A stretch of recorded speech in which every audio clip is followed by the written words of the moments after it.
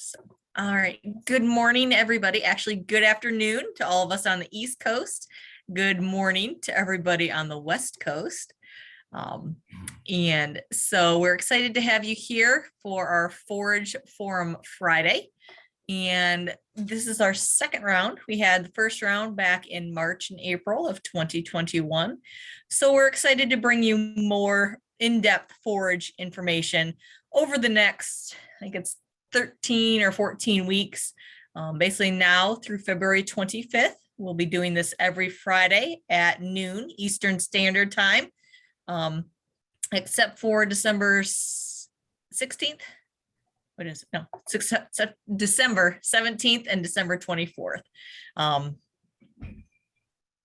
Yeah, so we have let me reword that. So we'll have the first two Fridays in December. We'll take a break around the holidays and we'll come back the first Friday of January. There we go. So we're excited to have you with us today. We've got a great topic today talking about our seed industry. Talking about just kind of the basics of understanding the production and kind of where we're at right now in terms of inventory and some of the issues that we've had come up over the last 12 to 18 months. So I'm excited to have everybody here with us today. Dr. Shelby Gruss will be our moderator today. She's a recent graduate from our Department of Agronomy here at Purdue, earning her PhD in plant breeding and genetics. And she's currently working as a postdoctoral researcher at Purdue. So she's been pretty instrumental in working closely with the Dhurrin-free sorghum for forages and looking at some of those effects. So a lot of exciting stuff that Shelby's doing. So Shelby, I'll let you take it away and introduce our main speakers for today. Thank you, Elisa, for the introduction. Hi, I'm Dr. Shelby Gruss, and today I am going to introduce four of our main speakers, and these are experts throughout the seed industry, and they're going to give us an overview of what to expect in 2022 for seed production. And so first, I'm going to start off with Joel Ray. Joel Ray grew up on a dairy farm located in South Central Manitoba. He graduated with his Diploma of Agriculture from the University of Manitoba, and in his current role at Brent Young as a Senior Account Manager, he is responsible for the forage and turf sales to key accounts in Eastern Canada and the United States. Prior to his current role, he manages seed production of various forage and turf species within Manitoba. Joel is based at Brent Young's head office in Winnipeg, Manitoba, Canada. Thank you for joining us today, Joel. Thank you, Shelby. Next, our next speaker is Kevin Osborne. Beginning in high school and throughout his early years in college, Kevin worked on a farm in Eastern Oregon growing alfalfa hay, wheat, and corn. In November of 2005, Kevin began working at Monsanto in vegetable and seed division known as Seminis in Payette in Idaho, producing and maintaining foundation lines of long bay onion and carrot as a foundation seed specialist. In 2012, he transferred within Monsanto to Napa, Idaho to work as a production representative, contracting commercial seeds of onion, carrot, peas, beans, and sweet corn. In August of 2015, Kevin left Monsanto to join Allied Seeds, working in forage and turf seeds as a production representative, contracting commercial seed crops with growers in Idaho and Eastern Oregon. In 2019, Kevin was assigned to his current position as production manager, overseeing all of Allied Seeds production activities in Idaho, Oregon, Wyoming, Canada, and New Zealand. Kevin has a Bachelor's of Science degree in General Agriculture through Oregon State University and is a member of various commissions, committees, and associations throughout the Pacific Northwest, specializing in the seed industry. Thank you, Kevin, for joining us today. My pleasure. And next we have Steve Houghton. He is the Vice President and Manager of the Seed Division for the Cisco Seed Companies in Indianapolis, Indiana. The Cisco Companies is a multifaceted distribution company involved in forage, turf, and cover crop seed, lawn and garden supplies, feed ingredients, bird food, erosion control products, and the lawn and landscape supplies. Mr. Houghton has spent his whole career in the seed business and celebrates his 44th year in the industry this year. He is a 1977 Purdue University graduate with a degree in agronomy. He has been very active in the trade organizations that pertain to the seed industry, having been past president and board member of the Indiana Seed Trade Association, the Indiana Crop Improvement Association, and the Indiana Forage Council. Thank you, Steve, for joining us. Thank you. And then lastly, Miles Kuhn. Miles is a Purdue graduate and been in forage industry for over 30 years in research and development and product training and sales. He's currently employed at Allied Seed, a forage, turf, and cover crop wholesale seed production company located in the Pacific Northwest. But Miles is based out of the Midwest and is here in West Lafayette, Indiana. Thank you, Miles. I would like to reach out and say I'm excited to hear from each of you and what to expect for this coming 2020 season. We have a lot of experts in the production and distribution side. And so today, I would like to start off with kind of looking at an overview of the seed production industry, kind of how the seeds produced, packaged, and normally distributed, so that we can kind of see what the problems that have occurred that are leading to this 2022 shortage. So if Kevin, you are on the West Coast, if you'd like to start with kind of where you're at, what kind of forages you're producing there, and a general timeline of what you're seeing and what to expect in the seed production. Yeah, so where I'm based at of Nampa, Idaho, and so we have various growing locations throughout the Northwest. We grow some in Wyoming in the Powell Riverton Basin. It's called Bighorn Basin, Wyoming. We have big presence in the Treasure Valley of southwestern Idaho, do some in North Idaho, and then across into Western Oregon. Western Oregon by far is our biggest growing area when it comes to the forage species. So when I refer to Western Oregon, that would be the Willamette Valley, where you're growing your tall fescues, ryegrasses, annual rye, as well as vetches, clovers, things like that. As you get into like Idaho and Wyoming, mainly alfalfa seed, proprietary alfalfa seed. In Wyoming, we get into some other forage grasses such as the bromes, smooth and meadow brome, as well as crown vetch and sandfoin. And then getting up into North Idaho, we've got a little pocket up at the very north of Idaho where we do some timothy at. Then you get down into what they call the Palouse area, which is kind of the Spokane, Washington, eastern Washington, northwest Idaho, where there's some bromes growing up there, some sandfoin and things like that. Most of what we do as far as forages in Oregon and North Idaho is you would technically consider them dry land. There's a little bit of irrigation smattered throughout, but they're areas where you would spring plant most of it. So in cases like orchard grass, we'd spring plant. It'd have to go through a full establishment year, and then we would harvest the following year. So for example, if we spring plant this coming spring, 2022, we won't see a harvest till 2023 in the summer. When you get into Idaho, it's all irrigated ground, much warmer. So a lot of what we do is on an annual basis, whether it be fall planted for a biennial crop, or we can spring plant on an annual crop, and then it's similar in Wyoming as well. So that's kind of a pretty rough overview of it. So if you have any other questions regarding that. Sorry, I meant to mention this at the beginning. If anybody in the audience has any questions, they can put it in the chat, and I'll be moderating the chat throughout the time. And if I don't get to it while we're talking about it, there is time for question and answers at the end as well. Sorry, and thank you, Kevin. That was a good overview. So generally speaking, you're looking at least 2 years to be able to get viable seed from most of the crops that you're planting. Yeah, there are some crops like forage tall fescue, you can actually fall plant in the Willamette Valley. And when I refer to a fall plant, that would be August, September. It's technically summer, but we call it fall.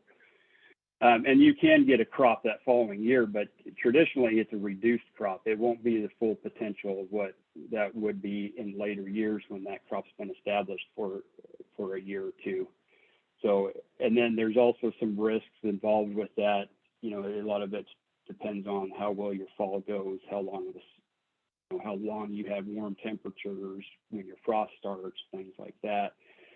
Ideally, in an ideal world for quality and potential yield, we would prefer to spring plant everything and do a fall establishment on those grasses in Western Oregon.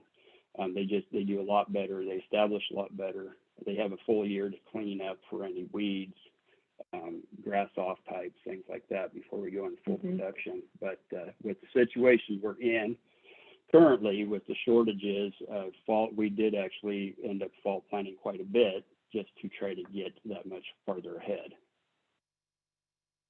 Okay. Well, thank you for that overview, Kevin. I'm going to switch over to Joel now and see what his overall production looks like in Canada. Thanks, Dr. Grouse.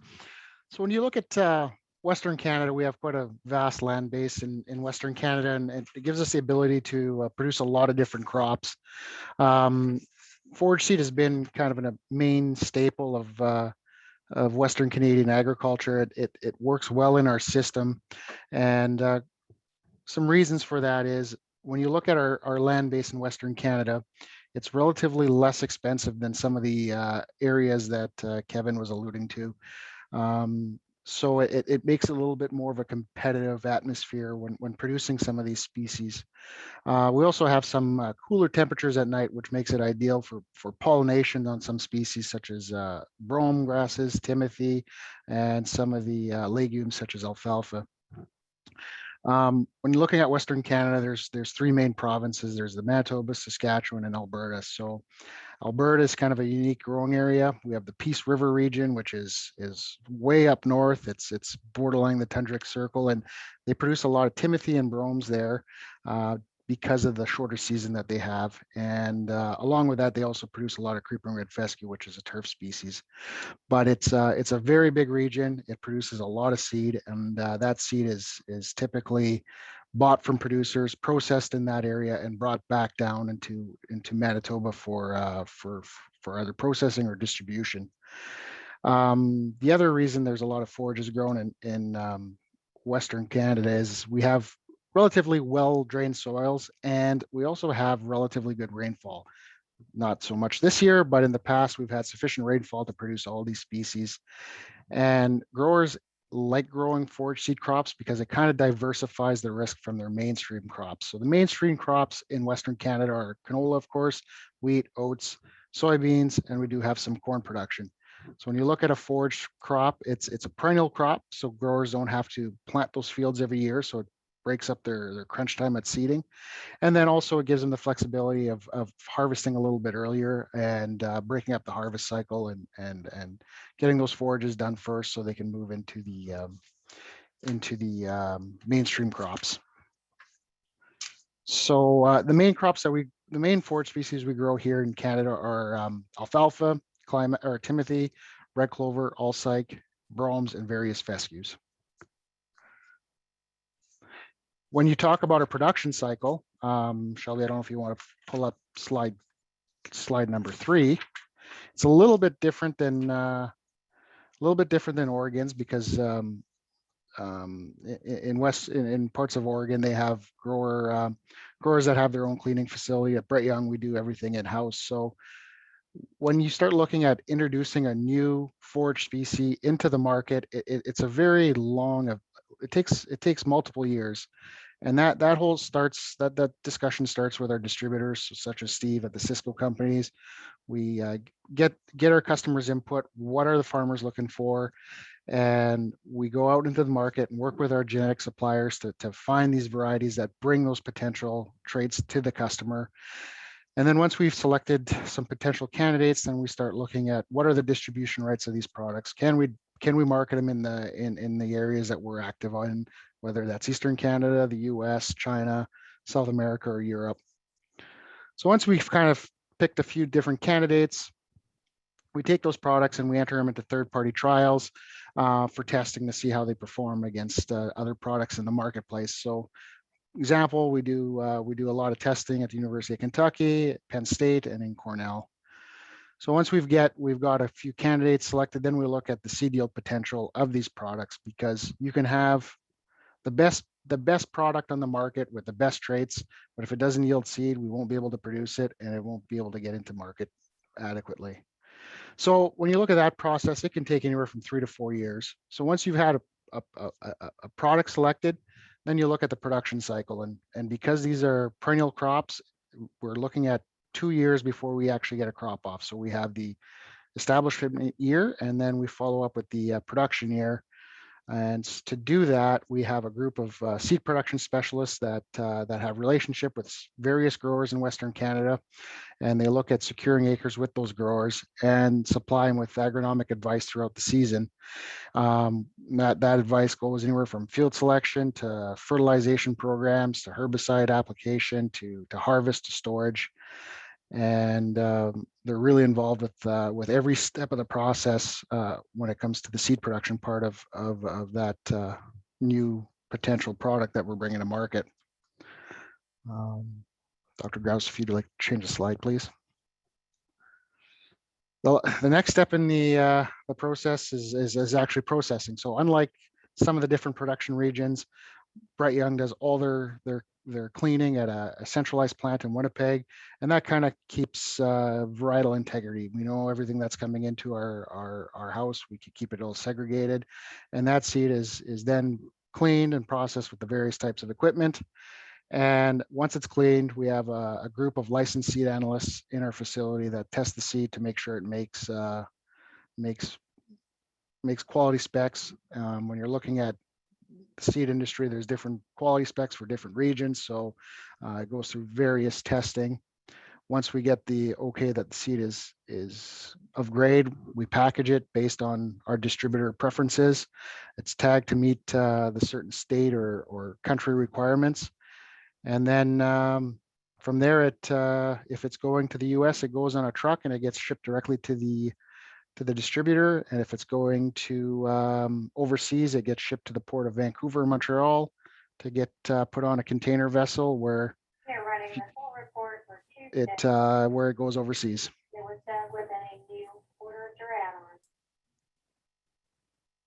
So that's a little bit of an overview of the production cycle in Western Canada and some of the crops that we produce.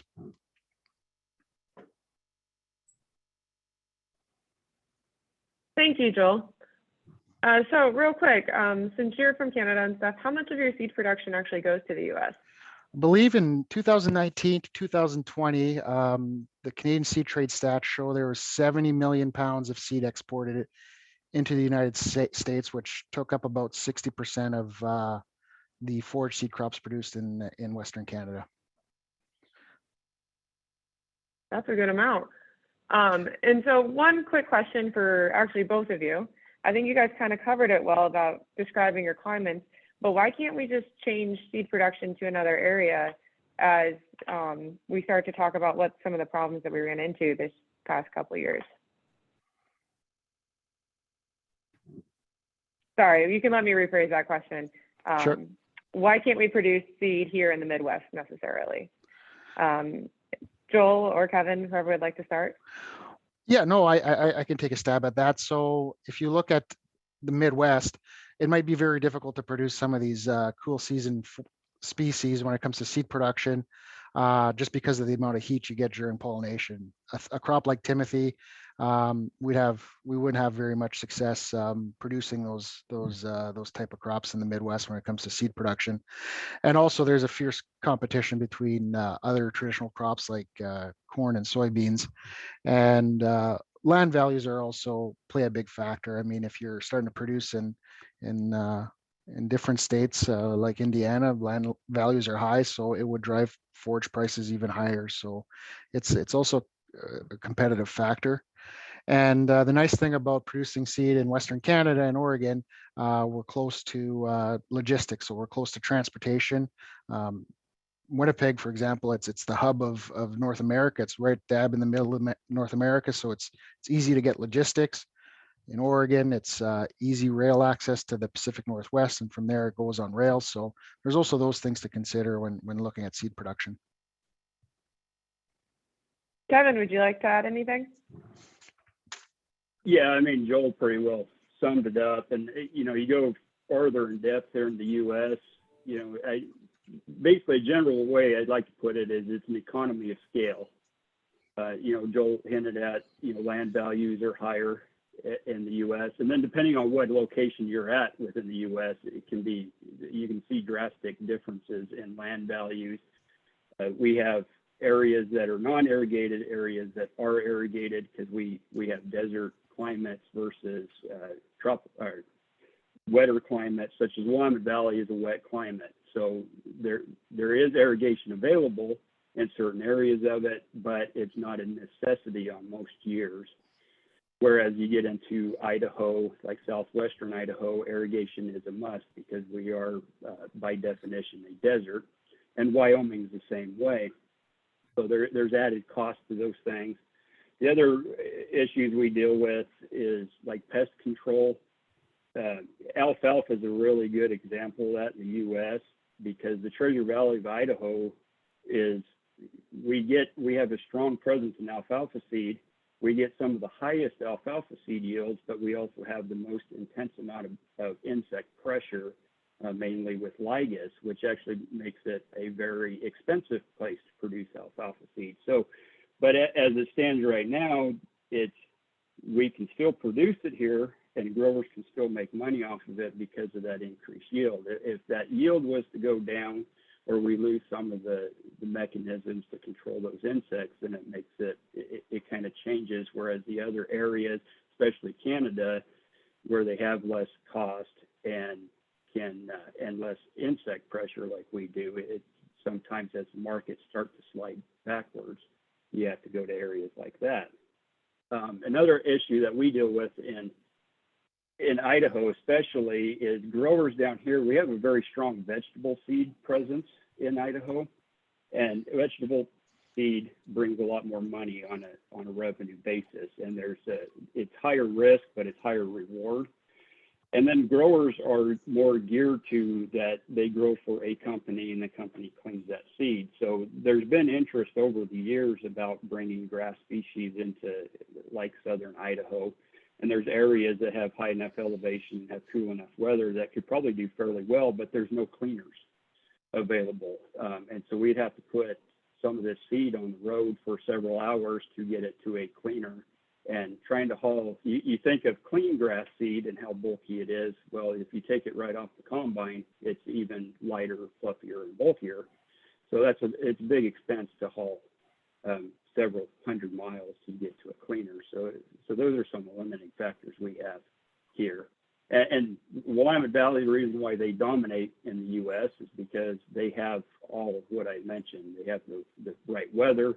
They have several cleaners throughout the valley. They're very well dispersed throughout the valley. And then land cost wise, they are fairly expensive land cost wise, but there's a lot of multi-generational families that have had that land in their family for many years too over there.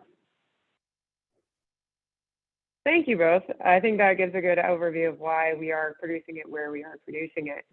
And so now I'd like to change topics just a little bit and go into what happened in 2020 and 2021 that led to less seed production and any issues that come along with distribution.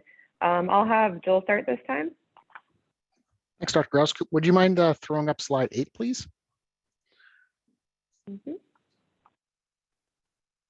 So I guess when we start to talking about the seed shortages that we're seeing in 2021, I think we have to take a step back and look at Mother Nature and what was provided to us in 2020. And this is kind of where things really started. So there was drought conditions in 2020, not as severe as 21, but enough to affect a lot of the perennial crops that were planted back in 2019 to produce.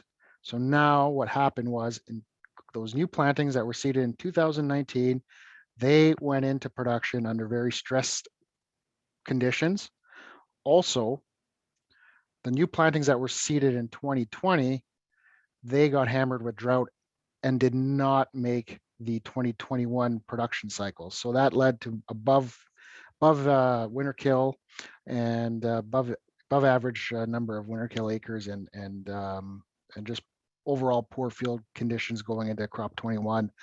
The other thing we saw was in the selling season of 2020, there was very little carryover at the end of the season. It was a very good sales season for forages in all parts of the U.S. and in Canada. So the pipeline starting from the grower to the distributor was quite empty. So we entered the 2021 season with very little carryover. And I think the next slide will show kind of the drought map of Western Canada.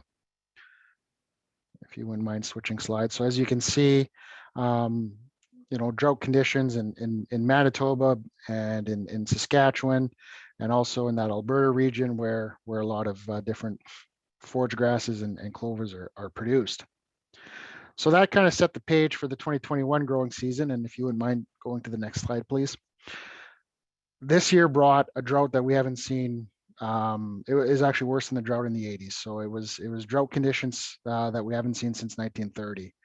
And when you start looking at yields, we were severely impacted with red clover and Alside clover.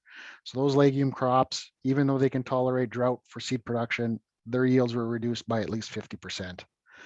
And now if we look at some of the cool season grasses such as Timothy and Brome, those were severely impacted. So we had yields of 20 to 30% of normal. On top of that, there was fewer acres in the ground because of all the issues we had with our establishments prior to that. And of course, with the low carryover, we have a poor crop, we have very little carryover, relatively strong demand. So that led to higher prices for this 2021 season. So as you can see, as bad as 2020 was, 2020 growing season was even drier, and it affected all crops, not just forage crops. So even annual crops such as oats and canola were severely impacted.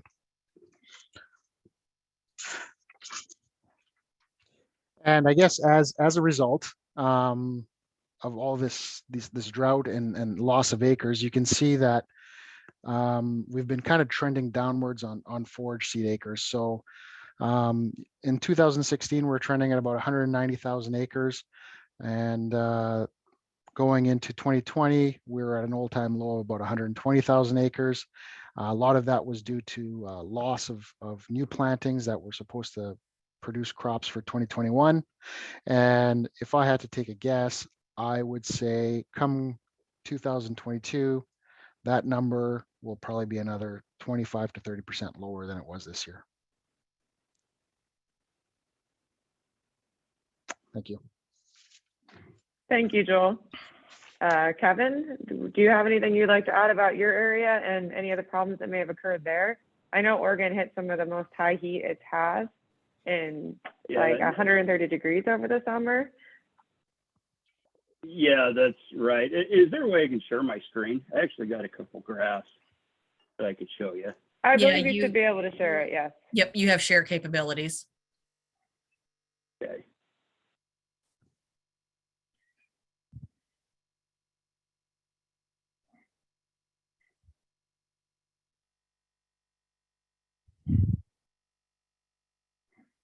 All right.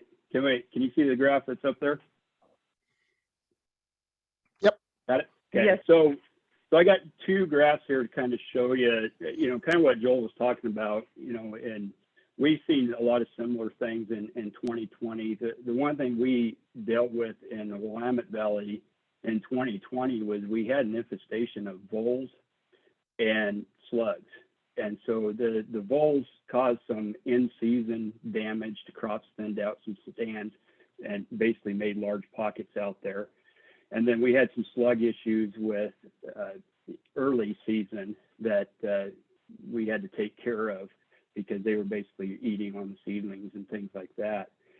So we kind of left off the 2020 season with some reduced yields because of that damage, although it wasn't terrible.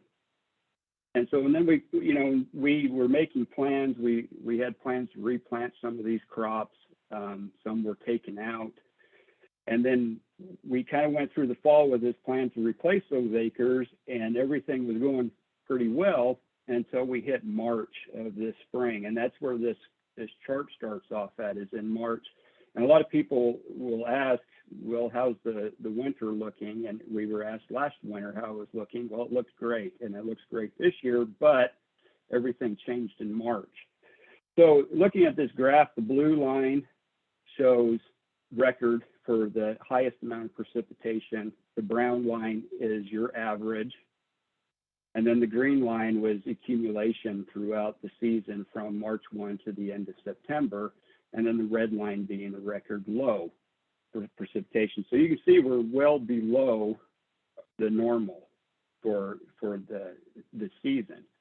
So in March, we actually started off, we were right there, right at average. And then it just kind of started slowly getting farther and farther away from it. And you'll notice there's a couple key spots between, it would be about April. We had a very dry April. We had a fairly dry May into June, through June. And then we were dry. And the flat line, July through to September, that's pretty typical. So, but the May and June period is what you need to really focus on with precipitation. So if I can go to the next one, if everybody can see this, it's a pretty busy graph, but it's temperature. And so kind of same deal, you have the red line, that's your record highs. You have the blue line is record lows, and then that brown shaded area is kind of where you want normal temperatures to be. So this gives you the high for the day and the low for the day. There's two things that went on last year. One, we were dry, but then you kind of notice it's like a roller coaster through March and May as far as temperatures. We had really cold days, we had really hot days for that time of year. You can see we hit a couple records in April, and then we dropped back down to a really cold day, and then we went back up. So, and then you can see as we go into May, or late May, early June, and this was right around Memorial Day, we actually hit another record high. And then what Dr. Griss was talking about, you see right dead center in that graph, end of June. Whoops, excuse me. Messed up here in the head.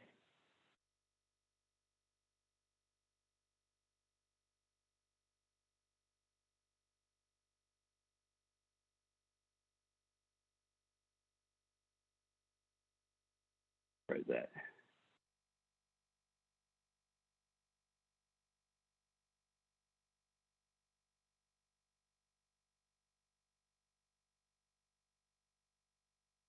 My apologies for that. So right here in June, we had those record-setting temperatures that basically hit 116 degrees in the Willamette Valley. So there was a combination of things that were going on here between the lack of precipitation, the drought, and then we had this up and down temperature. And when you have these up and downs like this, we don't get a lot of good growth out of those plants. You don't get a lot of good stooling. You don't get a lot of good girth out of the seed stems, things like that, especially when you're going to record temperatures and back down again. And then you combine that with this kind of climax here of this real high temperature. And so that's why we've seen a lot of issues with reduced seed yield.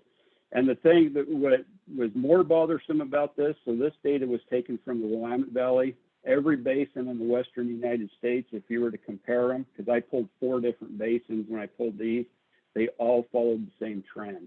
So every area in the West had the same issue this year. And that, we always expect one area to maybe have, reduced yields because of weather, but this year it was everywhere in the West. And I'm sure this, if you looked at the same kind of graphs for Joel's area, it'd probably show the same trends as well.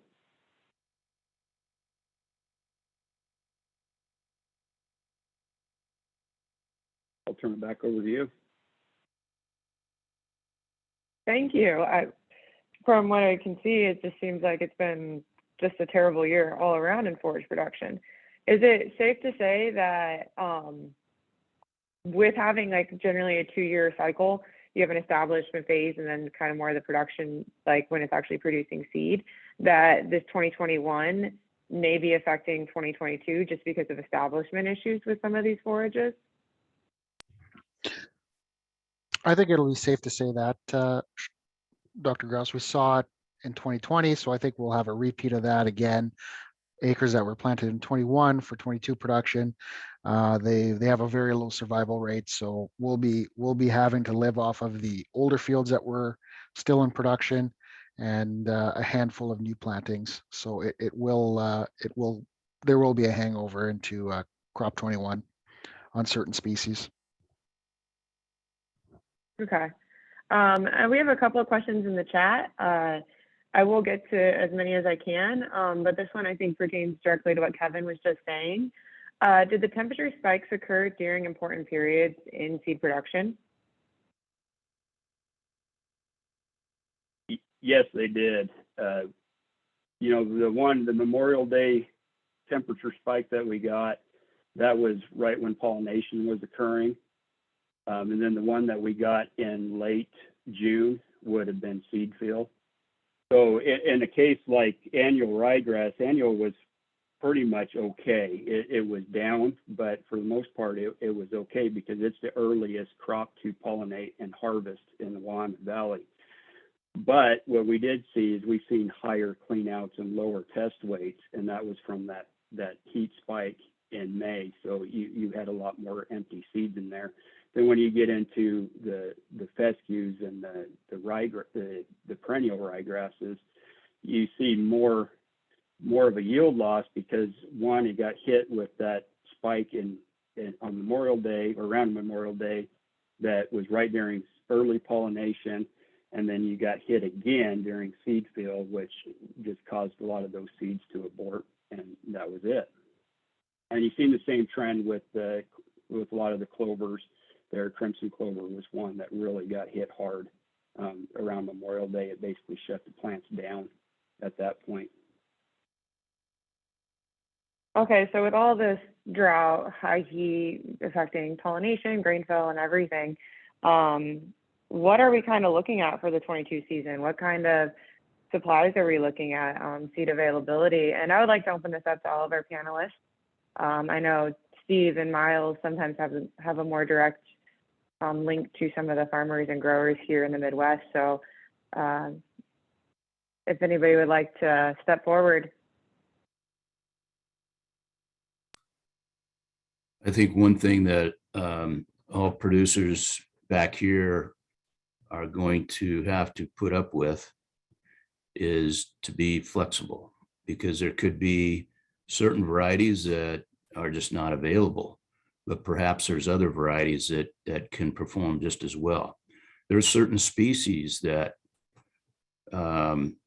may not be available, or they may not want to pay the price when they evaluate that. So I think the key is to be flexible, to work with your seed supplier, and to work early to get what you need and what you want. I think that's kind of the challenge going into the spring of 2022.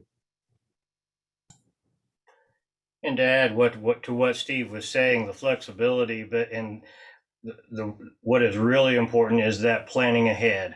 We need to be making those decisions now, and not waiting and hoping that you can go down to your seed supplier the day before or the day of you wanting to go to the field to plant.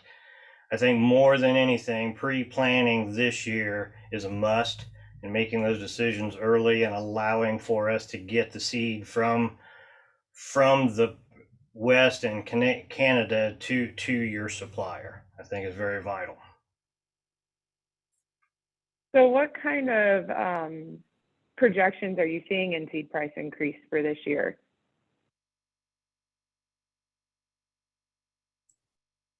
double.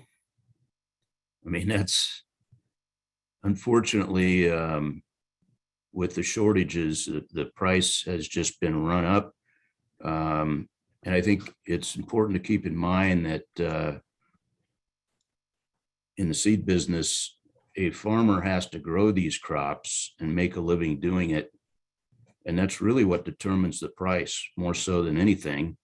And so if your yields are down 50%, you're probably going to want more for your product, what you do have, than you would on a normal year. So a lot of times people perceive seed prices this year as a function of everything else that's going on in the world. It's ironic that this is going on at this point in time when everything else is so screwed up. But as these two gentlemen have pointed out, this is a function of a weather crisis. And I don't think anyone has ever seen it where all the production areas, whether it be the Pacific Northwest or the Northern Plains, where most of this seed is produced, they've all had a weather crisis. So it doesn't have anything to do with inflation in general that's going on in other avenues. So that's what's really unique. And to elaborate with what So Steve, you, oh, sorry, go ahead, Joel. Sorry, I just want to elaborate with what Steve had to say. So the prices are set by the growers. And if you look at what's happening today, for crop 22, a lot of these growers in the Western Canada have the opportunity to produce their mainstream crops at some of the highest levels they've ever seen. So we're going to be the forage industry and turf industry are going to be competing for acres against those mainstream crops, which will also drag this thing out a little bit further.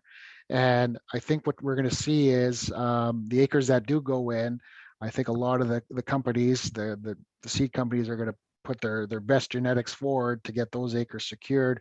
So some of the older genetics might take a back seat and will be even more difficult to source, some of the older public varieties. So when you guys are talking about this and everybody, you're talking about planning ahead and what's going to be available and stuff, here in the Midwest, we can plant in the spring and we can plant in the fall. So do you see it possible that there'd be seed availability by the fall time? I know you were saying that there's seed shortages, but say if you have a good year this year, would that be possible for growers? Kevin can touch on this, but they're a little bit earlier. But by the time the seed is in the cleaners and processed and put in a bag ready for shipment, I don't think there's enough time for the new crop to help the situation right now. Yeah, not only that, but I don't think from a price standpoint, I don't think the price is immediately going to adjust down, even if they have a big crop. Normally it takes some time for that to all be sifted out as far as supply and demand. And normally that happens over the following winter, like this time of year, November, December, is when some of that stuff's sorted out.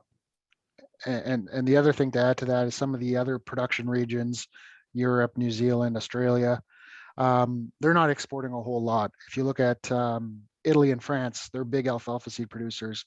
Well, their crop was awful, and they're actually importers of alfalfa, not exporters. So there's not a lot of opportunities to export a lot of seed.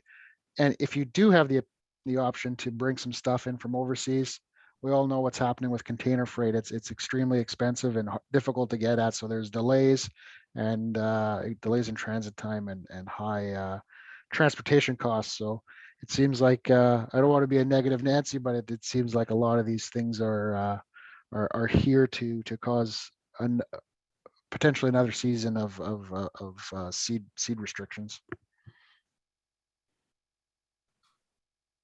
So is it safe to say basically that if you're a farmer, you should not just be looking at what you're going to be planting in the spring, but of the fall, and if potentially in what you're going to be planting in the spring of 2023 to really plan ahead this coming season to be as prepared as possible? I think that's exactly what we're saying here, Shelby. And whether it is a spring or a fall planting, even if you know you're going to do a fall planting next year, this seed needs to be locked up and purchased early, just as it would be used as a spring seeding. Because chances are that seed is going to sell out in a lot of the species and not be available. So it's a scenario of being good agronomists, making sure that we have the seed in hand in the timely fashion, and not, for instance, next fall we're sitting here waiting on seed, and we don't get seed and we don't plant it till October 1st. That is just making a bad situation even worse, going outside of the agronomic window of when we should be planting. Okay, so I guess we got a lot of things to start thinking about as we're going into this spring and our following seasons. Do you have any alternative management options that you guys would suggest instead of maybe, if you have an option, instead of maybe renovating a pasture? Is there anything else you would suggest doing for farmers going into the season of 2022?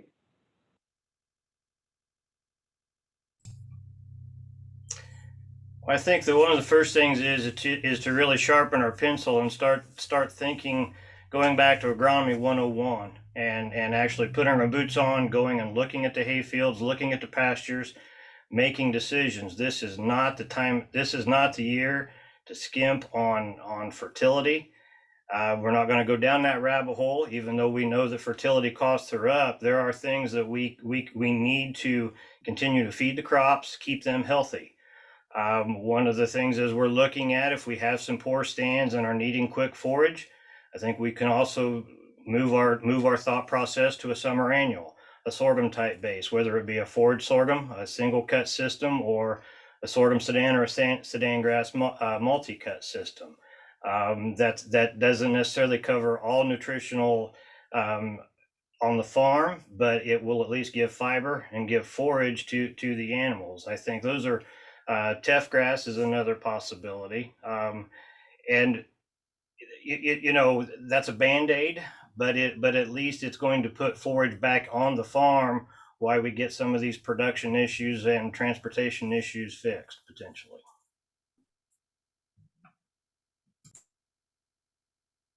Those seem like really good, valuable options, being able to use those sorghum sudan grasses and teff when some of these perennials may not be available. Does anybody else have anything to say on this side?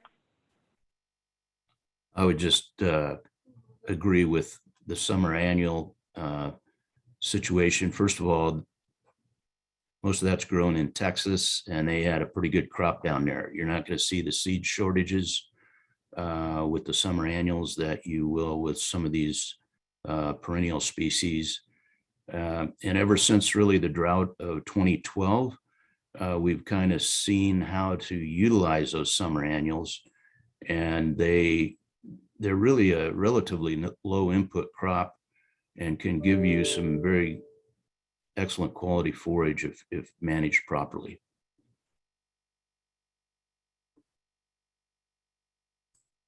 Before we open it up to some of the questions that I've received in the chat, does anybody else have any final comments heading into this 22 season?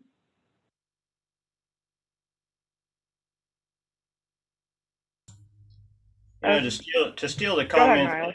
to steal the comment that Joel said, not to be negative. I mean, this is not doom and gloom. We have some opportunities in front of, challenges in front of us, that are supply driven, but I do think working with your seed supplier, going back to that best management practices and making good evaluations, we can get through this. And kind of follow up what Steve said from this, there are going to be options, but the options that we want, what we might want, we might have to go to a secondary option, and just working with the extension service. And you know, we're in this together, and we can get through this. You know, I'm not looking at rainbows and unicorns here, but it is not the end of the world. And I think that is important, that we do understand that there are some options out there. I think that's very good to know. And so I believe there is going to be a poll that's going to be opening during this time frame. Alyssa, if you were going to lead that, if you could please answer the poll while we go through some of these questions and answers, that'd be great. And so one of the first questions I received in the chat was, does seed production practice differ based on eventual use, say agricultural use versus residential? So different types of grasses and whether it's being residential to agricultural, do those production practices change? And I think this one's probably for Kevin or Joel. Yeah, from our standpoint, no, there's not much difference. The biggest difference is varietal traits, because a turf grass is, like a turf tall fescue has different growth patterns than a forage tall fescue. But as far as the management of them, they're pretty much the same as far as the grower goes. Only differences might be if there's difference as far as quality specifications. If some turf grasses may have tighter specifications than a forage type, but we grow to customer spec, and that's what our growers do. So, and it's all the same process to get there.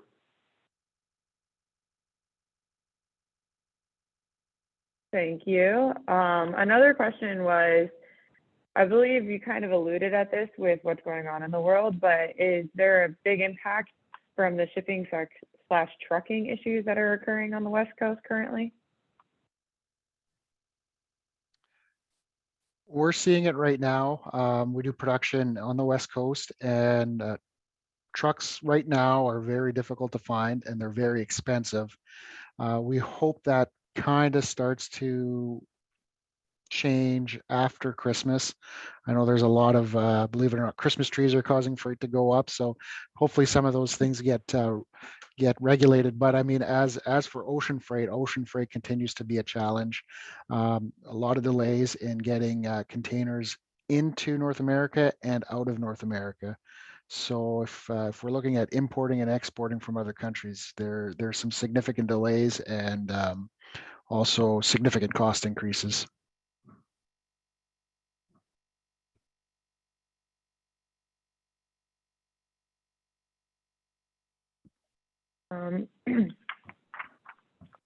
So with that, I guess some other options that maybe as you're going into this summer would maybe spring oats with spring triticale as a forage option, and then seeded in early spring followed by summer annual be available? Or are the spring oats and spring triticale kind of affected by your areas? Well, if we look at our area, the spring triticale crop was affected, but not as severely as some of the other annual species. So that is an option. The spring oats, Manitoba is a big producer of oats for milling and for milling and other markets.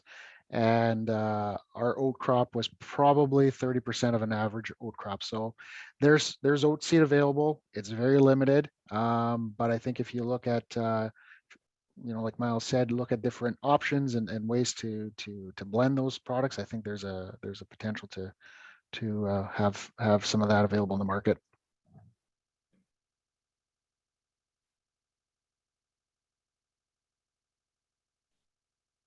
So is there any more questions from the audience?